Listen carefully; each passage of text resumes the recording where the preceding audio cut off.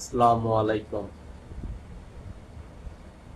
আজকে আপনাদের সামনে কথা বলবো উপদেষ্টা আসিফ মাহমুদ ও সমন্বয়ক অপু বিষয়ে।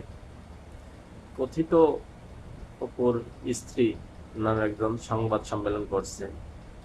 আসলে সে কি তার স্ত্রী? এটা একটা সন্দেহজনক বিষয়ে পরিণত হয়েছে। তার বাবা মা কোথায় ছিল? সংবাদ সম্মেলনে কেন আসলো না তার বাবা মা? এটা সবার কাছে প্রশ্ন আছে। আর সেটা দেখা যাচ্ছে একটা আওয়ামী লীগ নেতার বাড়িতে চাঁদাবাজি করতে গিয়েছে। মিথ্যার কত বলবি না, নাটকে ভরপুর। এত নাটক শিখে গিয়েছিলা।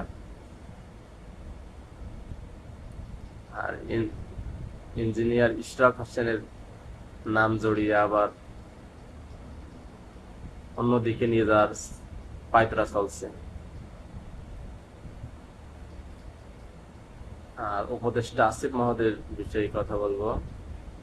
আগে ভাত খুঁজতো ভাঙ্গা হোটেলে, আর পায়ে থাকতো 60 টাকা চটি। এখন পায়ে থাকে তার 6,000 টাকার জুতা, আর 300 ফিট আর ওয়েস্টিনে হাঁসের মাংস খুঁজতে যায়। তার যে বেতন, তার যে আয়, হাঁসের মাংস প্রতি ভোরে কোথায় পায়? এদেরকে জেলে ভরা উচিত আমার মনে হয়, খুব দ্রুত। তার পিএসএল আবার 400 কোটি টাকার 6 মাসে মালিক হয়ে যায়। আর ঈদের বিষয়ে কেন দুদক অভিযান চালাচ্ছে না? আসলে কি এসব সমন্বয়কদের বিষয়ে আইন শৃঙ্খলা বাহিনী কিছুই করবে না? সবাইকে এভাবে মেনে নেবে, না কিছু বললেই মব সৃষ্টি?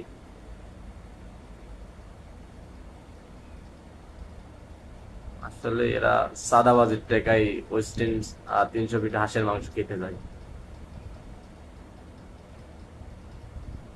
দেশবাসী তো সবই দেখতে পাচ্ছে।